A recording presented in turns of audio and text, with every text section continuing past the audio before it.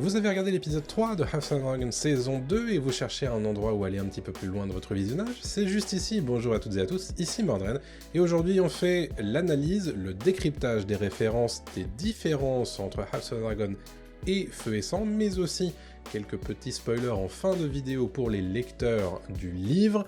Beaucoup de choses à dire sur cet épisode 3, alors ne perdons pas de temps, c'est parti. Cet épisode 3 est le premier qui nous montre ce que signifie avoir Criston Cole comme main du roi. Le fait que son épisode commence avec lui, seul, dans ce qui semble être des appartements vides, montre bien dans quel état émotionnel il se sent. Fabien Frankel nous explique dans le making-of que c'est un moment très angoissant pour lui, et pour cause, Criston Cole est tout sauf un politicien, ce qui est quand même la mission principale de la main du roi. Le contraste avec Otto Hightower est saisissant à bien des égards. D'abord, le symbole de la main du roi n'est plus un badge, mais bien une chaîne en or autour de son cou et posée sur son armure de Lord Commandant de la Garde Royale. Ensuite, Criston Cole arrive en retard à son premier conseil restreint en tant que main du roi, là où c'est plutôt d'habitude Aegon que l'on attend au conseil restreint. Enfin, et c'est sans doute le plus important, les premières prises de position de Criston Cole en tant que main du roi sont en directe opposition à Alicent Hightower, là où Otto était plus proche de sa fille. On notera par ailleurs la présence d'Aemond à la table du conseil restreint. Après la mort de l'héritier du roi, c'est Aemond, en tant que frère d'Aegon, qui est désormais premier dans la ligne de succession, d'où la consolidation de sa présence au conseil. Remarquez que Criston lance à la table le plan qu'il a lui-même devisé avec Aemond, celui de marcher sur Roseby et les autres châteaux qui sont dans l'ombre de Port-Réal pour ajouter leurs troupes à leurs armées. Cependant, le fait qu'il refuse l'escorte d'un quelconque dragon, qu'il s'agisse de Feu du Soleil, le dragon d'Aegon ou de Vhagar, dragon d'Aemon, me pose question. Pourquoi se précipite-t-il au devant du danger sans garantie de sécurité? A-t-il envie d'obtenir la gloire pour lui seul? Veut-il échapper le plus vite possible à ses responsabilités de main? Ou bien a-t-il tout simplement envie de laver ses péchés dans une mort héroïque? Peut-être un petit peu de tout ça, quelque part. Quoi qu'il en soit, il est rejoint par un nouveau personnage introduit ici pour la première fois en face-à-face, Gwaine Hightower, le fils d'Otto Hightower, qui arrive de Ville-Vieille avec une force armée. Pour rappel, c'est lui que Daemon a battu lors du tournoi de l'héritier dans le premier épisode de la saison 1. À l'époque, on n'avait pas vu son visage, et Gwaine Hightower apprend avec un certain déplaisir la nomination de Criston Cole en tant que main du roi, à la place de son père Otto, et il ne fait aucun secret concernant son avis à ce sujet. D'ailleurs, Gwaine rappelle qu'Otto a été main de 3 rois, Jaehaerys, puis Viserys et enfin Aegon II, une manière pour lui de pointer du doigt l'inexpérience de Criston pour la charge qui est désormais la sienne. Toujours est-il que c'est par l'action avisée de Criston Cole que Gwaine et ses cavaliers échappent au feu dragon de Danselune, la dragonne de Baela. Peut-être cela va-t-il créer des liens chez ces hommes que tout semblait opposer jusqu'ici. Toujours à Port-Réal, je m'intéresse beaucoup à ce que fait Aegon dans le Donjon Rouge, et il est passé par différentes phases en 3 épisodes. Épisode 1, c'est clairement un jeune roi qui tente de se montrer sous son meilleur jour pour plaire à ses sujets, mais qui se sent bridé par Otto Hightower. Épisode 2, c'est évidemment le roi furieux qui prédomine et qui prend des décisions précipitées. Et dans cet épisode 3, Aegon poursuit dans les décisions peu judicieuses, on voit qu'il a fait de ses amis Soulard ses nouveaux gardes royaux, et il se rend vite compte qu'ils ne sont pas faits pour le job, puisqu'il rit au nez du roi lorsque celui-ci leur rappelle leurs vœux de chasteté. Et pour autant, c'est Aegon lui-même qui se rend dans une taverne et un bordel avec ses chevaliers et un écuyer. Bon, on voit bien que le gars est complètement paumé. Pour autant, il reste très attaché au symbole de la royauté et de sa propre légitimité qu'il met en scène dès qu'il le peut, la dague d'Aegon le Conquérant qu'il tripote au conseil avant de la planter dans la table du conseil restreint. On voit aussi son épée d'acier valyrien, feu noir, qui n'est autre que l'épée d'Aegon le Conquérant, puis il revêt l'armure d'acier valyrien d'Aegon Ier, un autre symbole selon lui qu'il est le roi légitime. En mettant cette armure, il booste son ego, bien entendu, et se rêve en roi guerrier comme son aïeul. D'ailleurs, j'ai été particulièrement marqué par cette phrase d'Aegon au conseil restreint, lorsqu'il dit qu'il est aussi terrible que n'importe quel membre des Noirs. Le montage coupe ensuite sur le visage incrédule d'Alicent, qui semble ne pas en croire un seul mot. C'est moche, mais plus ça va, plus l'entourage d'Aegon semble comprendre qu'il est une fraude. Et d'ailleurs, Larys Fort l'a bien compris, parce qu'il fait de lui absolument ce qu'il veut, lorsqu'il ment éhontément au roi en lui disant que certains pensent qu'Alicent et Aemond vont régner à sa place en son absence, Aegon change immédiatement d'avis, il décide finalement de rester à Port-Réal plutôt que d'accompagner Criston Cole sur son dragon. Et en plus, Larys obtient par la même occasion le poste de maître des chuchoteurs, donc il a complètement mis le roi dans sa poche. À Père-Dragon, Rhaenyra fait face à des seigneurs qui l'exhortent à agir ou à se mettre en retrait du Conseil Noir pour se mettre en sécurité. Des propositions que Rhaenyra comprend comme un moyen de mener la guerre sans elle. Rhaenys la soutient à ce sujet d'ailleurs, évoquant le souvenir de Jaehaerys le Conciliateur, dont le règne a été marqué par une longue période de paix. Toujours est-il que Rhaenyra semble se préparer au pire, malgré tout, puisqu'elle envoie ses plus jeunes enfants loin de Père Dragon. Joffrey, Viserys et Aegon vont tous quitter l'île et s'éloigner du conflit, car effectivement, Rhaenyra a déjà perdu un fils dans la danse des dragons, ainsi qu'une fille morte-née, et elle ne compte pas en perdre d'autres. Dans les vidéos making-of, Emma Darcy dit quelque chose d'intéressant au sujet de cette décision. Il est question pour Rhaenyra de se détacher de son rôle de mère pour pouvoir se comporter comme la reine et la meneuse d'armée qu'elle a besoin d'être à ce moment précis de l'histoire. Le fait qu'elle retrouve par la suite dans la chambre vide les jouets de ses fils la ramène cependant à la cruelle réalité. Elle a beau avoir envoyé ses enfants loin, elle est toujours une mère. À Karen, Rhaenys va discuter avec Corlys de la succession au trône de bois flotté de la marque. Celle-ci lui rappelle que la guerre est impitoyable et qu'il faut être prêt à nommer un successeur au cas où il n'en réchappe pas. On voit cependant que Corlys ne semble pas vraiment s'accorder avec sa femme au sujet des potentiels successeurs qu'elle lui propose. Joffrey Velaryon, trop jeune et il ne connaît rien à la mer. Rhaena alors, même chose, elle ne connaît rien au navire et encore moins aux dragons. Vous noterez que c'est un sujet particulièrement important pour Rhaenys. En saison 1, elle a été amenée à trancher elle-même la succession du trône de Corlys à la marque alors qu'il était souffrant. Vous vous souvenez qu'à l'époque, elle avait tranché pour que ce soit Lucerys qui soit l'héritier annoncé de Corlys à l'époque à la marque, et désormais, vu qu'il est décédé dans l'épisode 10 de la saison 1, ça devrait du coup être Joffrey, son plus jeune frère, mais Rhaenys propose Rhaena, du coup, sa petite fille, du côté de Daemon et Laena. De plus, Rhaenys fait tout ce qui est en son pouvoir pour rapprocher une femme des responsabilités, puisqu'elle-même n'a pas eu cette occasion à l'époque du Conseil de 101. Une vidéo sur le sujet est dispo sur la chaîne si vous voulez. Au sujet de Rhaena, justement, pourquoi est-ce qu'elle n'a pas de dragon? Rappelez-vous que durant la saison 1 de House of the Dragon, elle montrait son désarroi à sa mère Laena au sujet de son œuf à éclore, mais celui-ci n'a toujours pas éclos. Et Laena lui expliquait qu'il y a plusieurs moyens de devenir dragonnier, soit en ayant un œuf qui éclot, soit en revendiquant soi-même un dragon. C'est précisément ce qu'elle avait fait avec Vhagar à l'âge de 15 ans, expliquait-elle, et c'est ce qu'a fait Aemon d'ailleurs dans la saison 1. En l'occurrence, il semble que l'œuf de Rhaena n'est effectivement toujours pas éclos, mais qu'elle n'ait pas non plus choisi de revendiquer un autre dragon à ce stade en tout cas.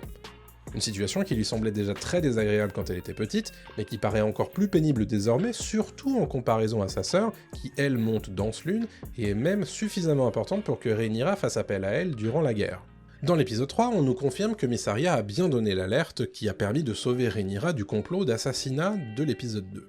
Mysaria va d'ailleurs rester à la cour de Rhaenyra, qui l'utilise tout de suite pour tenter de trouver une dernière solution pacifique. Il s'agit de se rendre à Port-Réal pour y faire face à Alicent.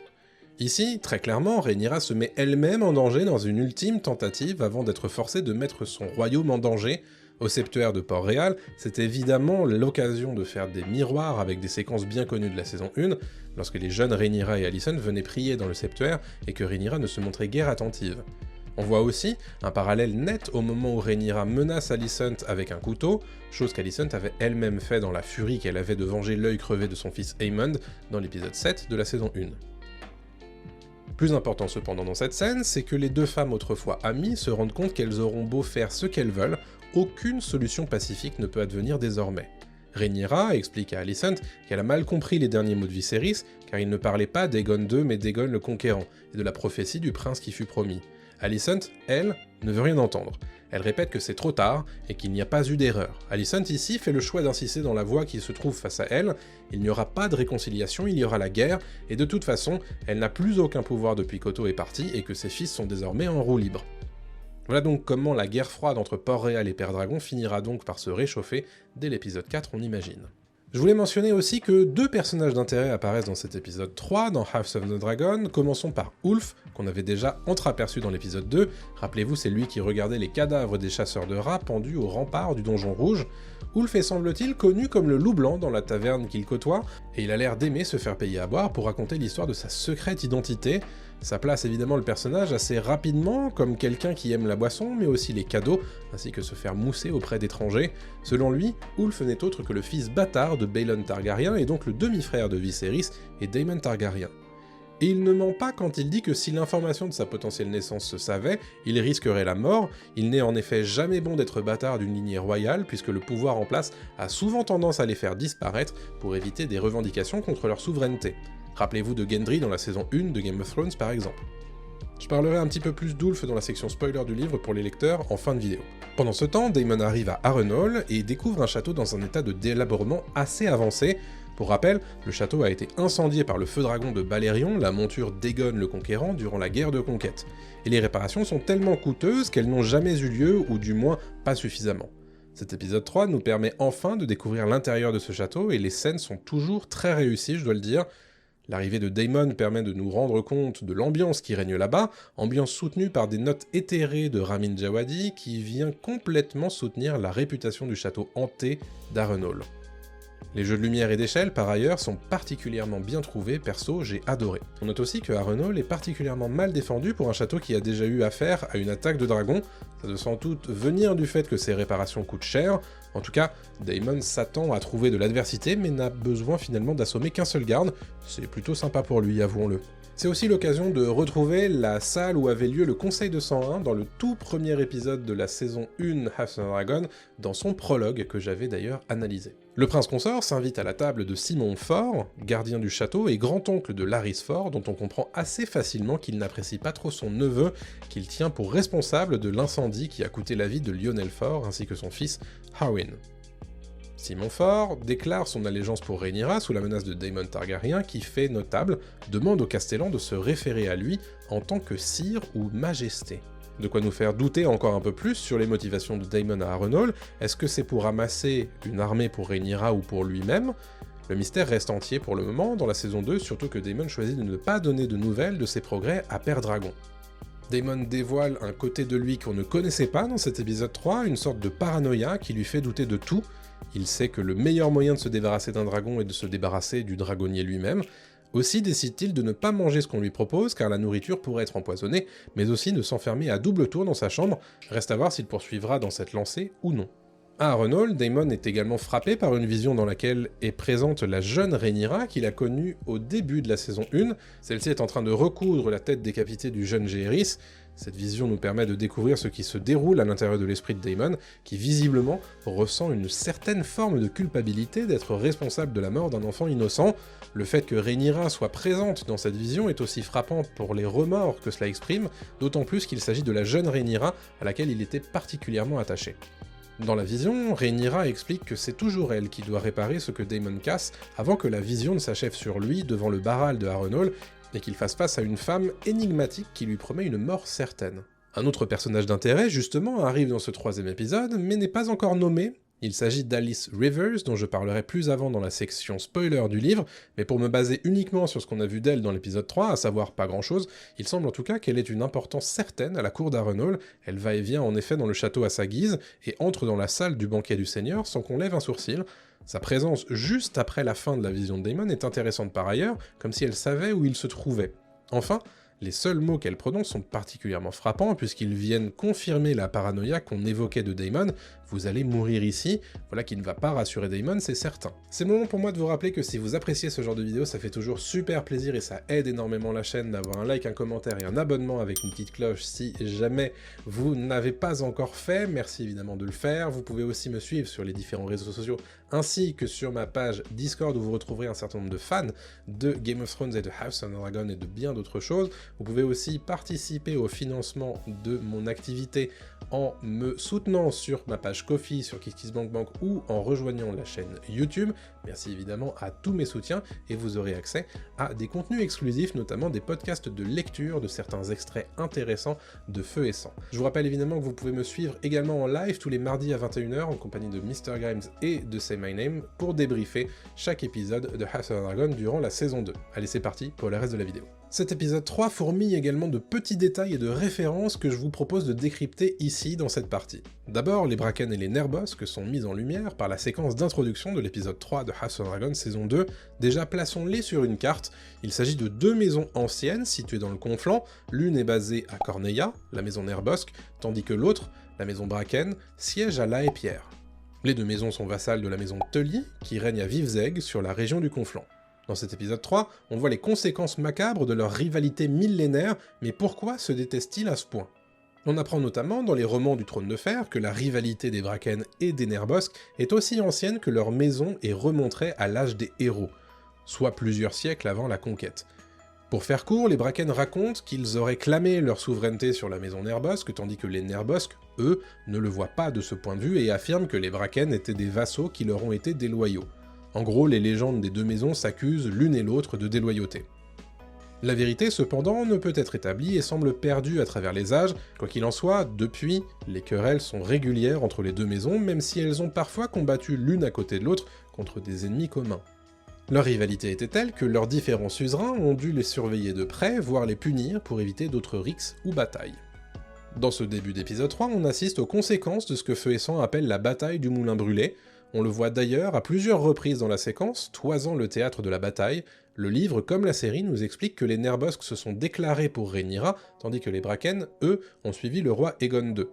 Dans Feu et Sang, les Nerbosques conduisent des raids de pillards, clairement identifiés avec les bannières de Rhaenyra, sur les terres Bracken. Ils ont notamment pour cible les septuaires, les villages, mais aussi l'incendie des récoltes.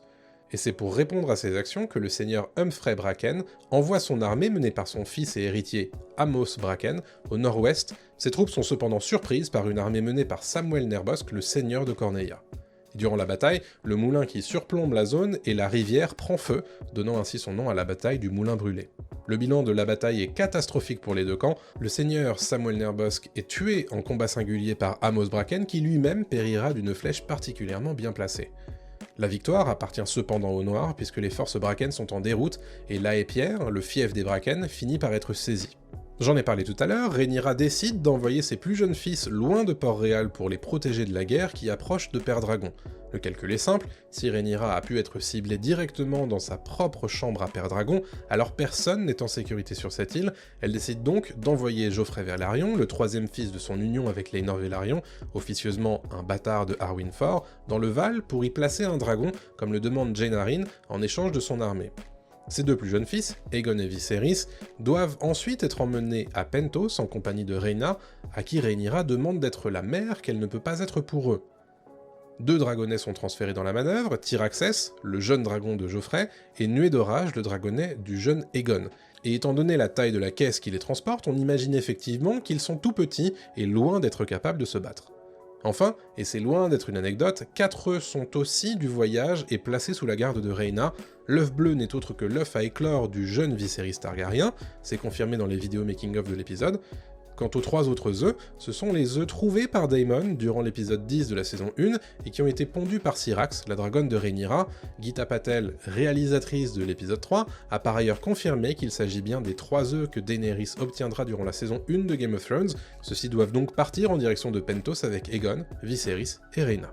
Après sa toute première mention dans l'épisode 2, Daeron est à nouveau mentionné durant le conseil restreint des Verts de l'épisode 3, c'est à nouveau le seigneur Jasper Wilde qui évoque le 4e enfant d'Alicent et Viserys Targaryen, et cette fois, il mentionne que Daeron est un dragonnier lui aussi.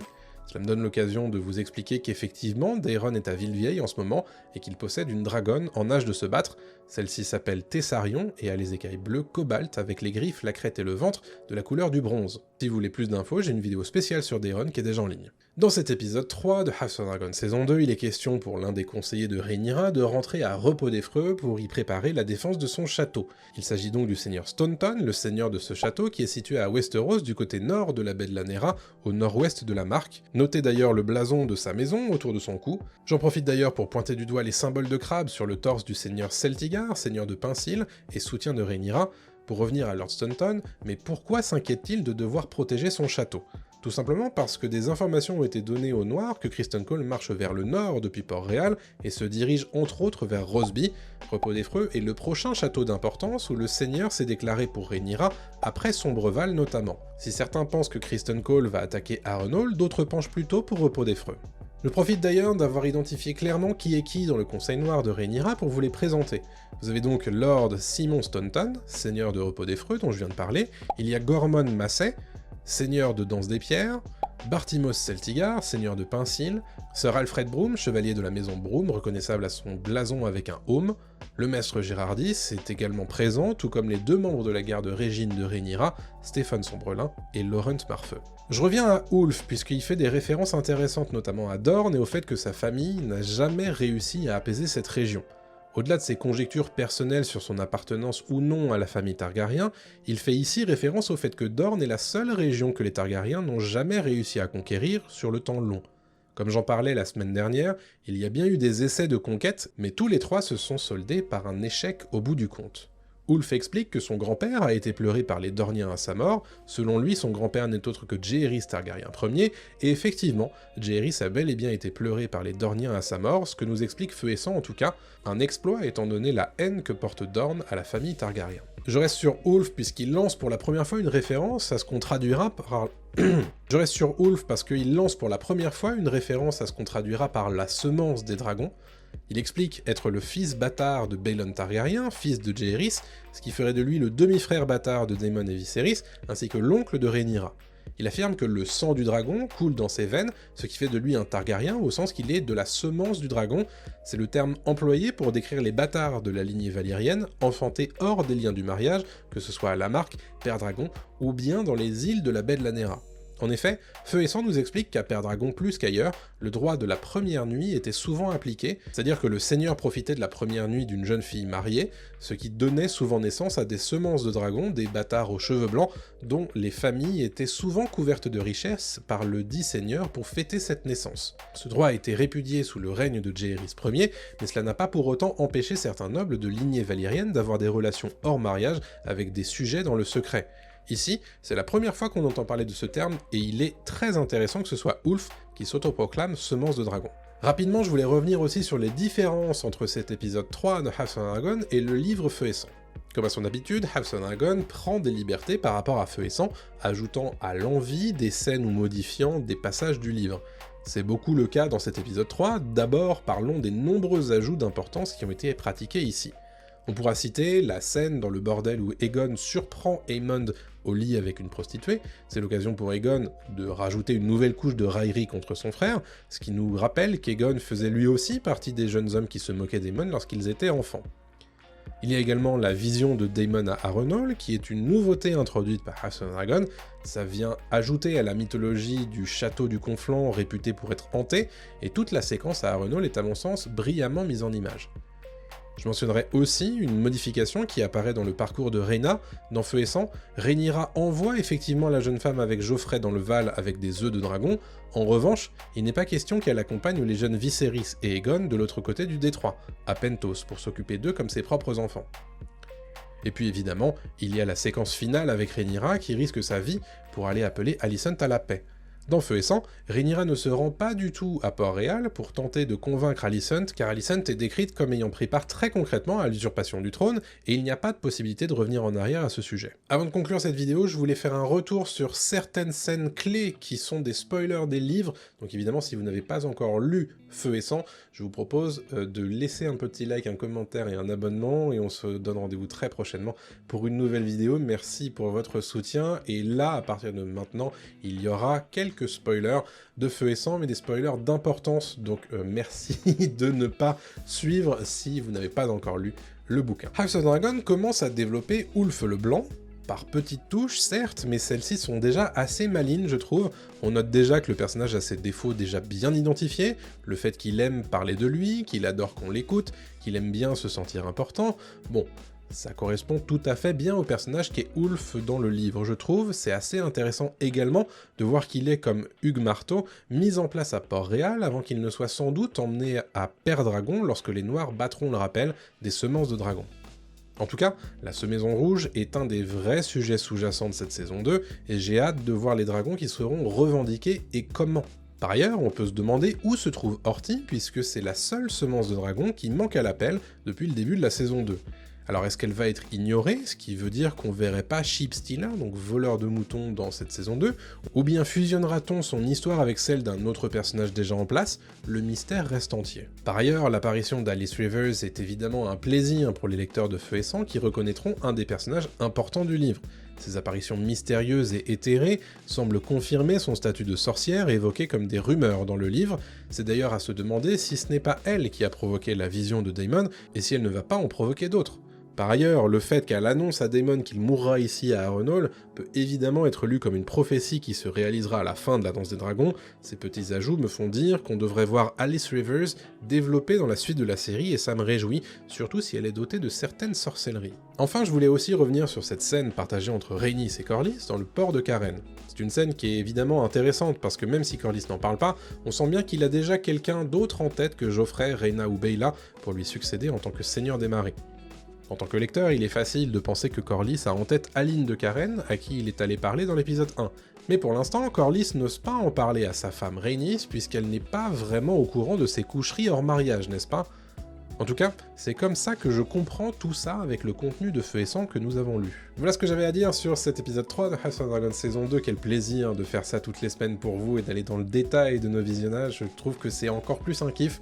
Merci à tous d'avoir suivi tout ça. Est-ce que j'ai raté des petits moments à décrypter? N'hésitez pas à le faire dans les commentaires. Et puis nous on se donne rendez-vous très prochainement puisqu'il va falloir décrypter le trailer de l'épisode 4 dans la semaine. Normalement ça sort demain. Et puis moi je vous donne rendez-vous très prochainement pour une nouvelle vidéo. D'ici là, portez-vous bien. N'oubliez pas l'abonnement, le like, le commentaire. Passez sur le Discord, passez également sur la page Ko-fi pour m'aider à pérenniser mon activité sur les internets. Et puis moi, je vous donne rendez-vous très prochainement pour une nouvelle vidéo. Salut à tous!